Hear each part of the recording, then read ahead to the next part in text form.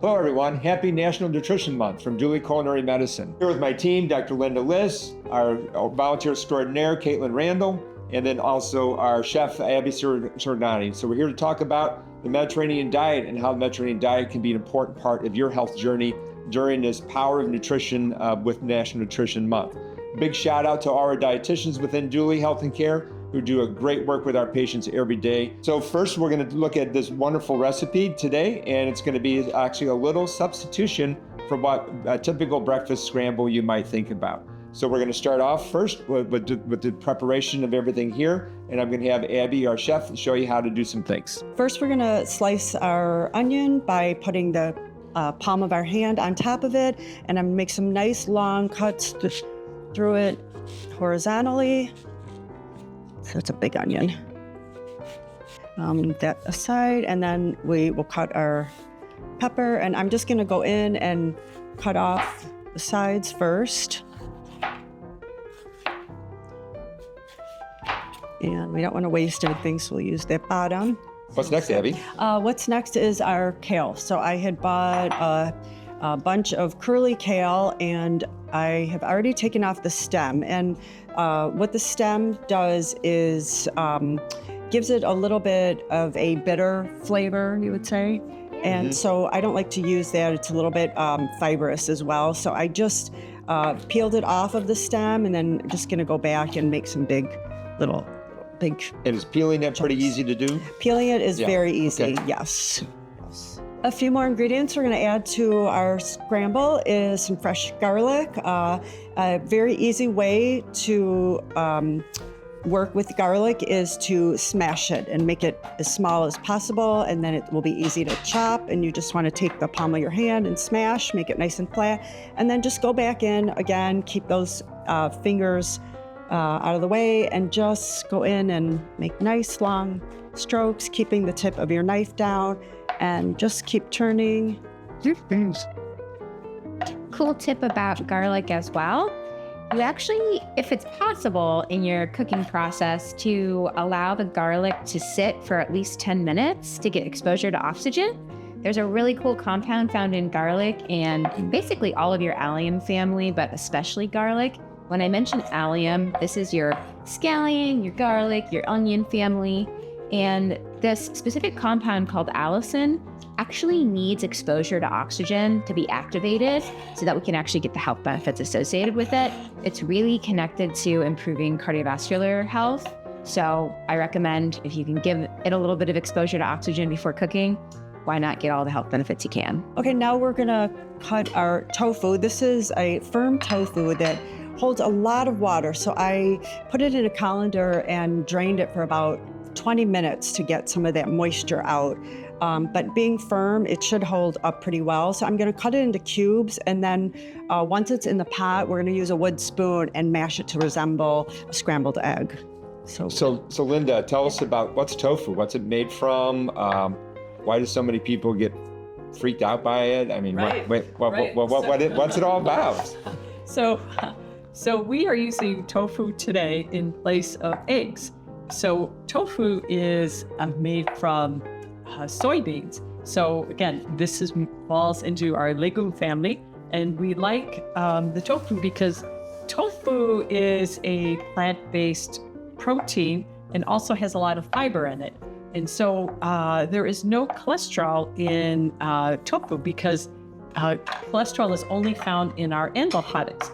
So here we are using this in place of eggs to increase the amount of fiber and plant-based protein. So a lot of people are looking for ways to increase protein in the diet right now.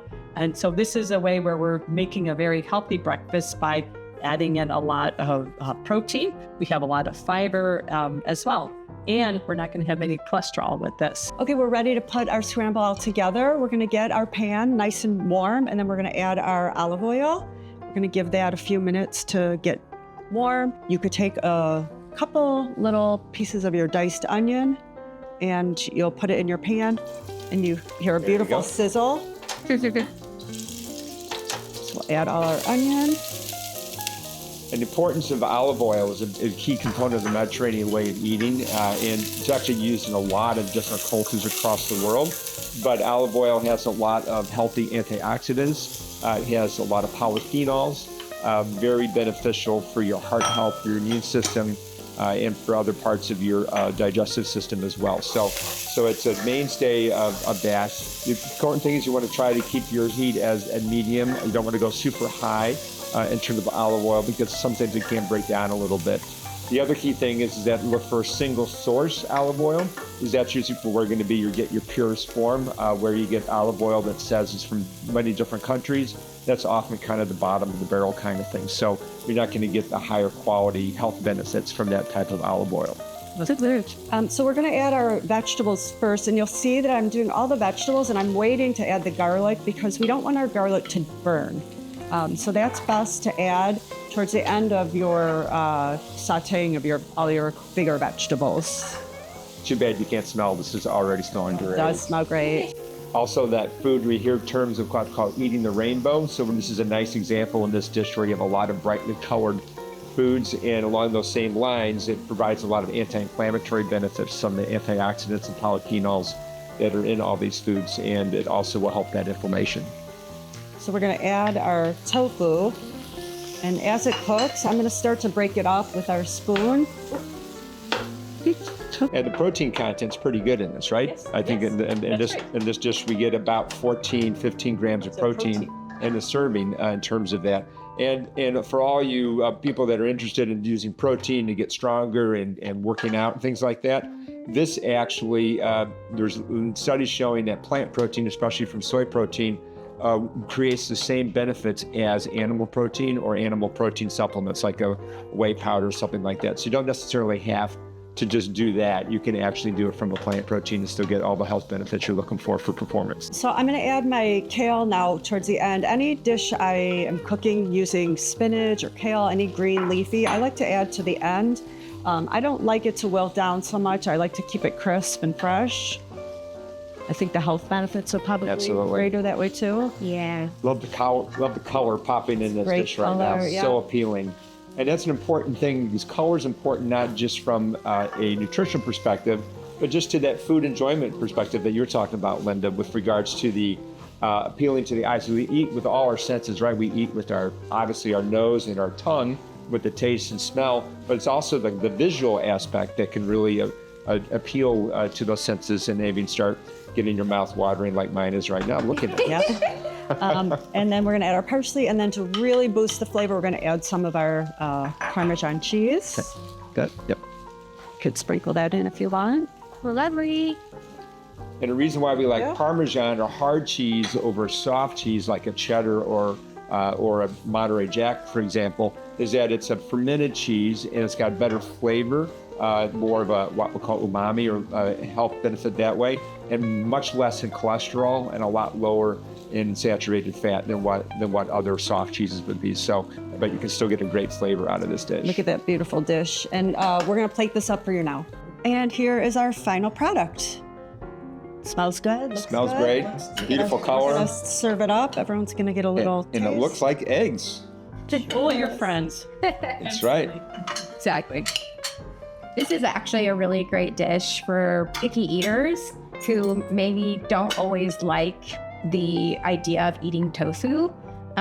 So I highly recommend it for anybody who you think won't like tofu. This is the dish to serve them first. Get them on board. Absolutely. I also find that kids really like it, oddly enough. And then we have all the luscious greens in there, as well as the you got the mushrooms. You get some helpful hints with that. And then if you don't like mushrooms, you can add other things to it. With that, what would be something else you could do besides mushrooms you could add any vegetables, that, right? Zucchini, summer squash, broccoli, cauliflower. Just use what's in your fridge. Yep. And you're just like, how am I going to use that? So, bon appetit. Bon appetit. Enjoy, everyone. Enjoy.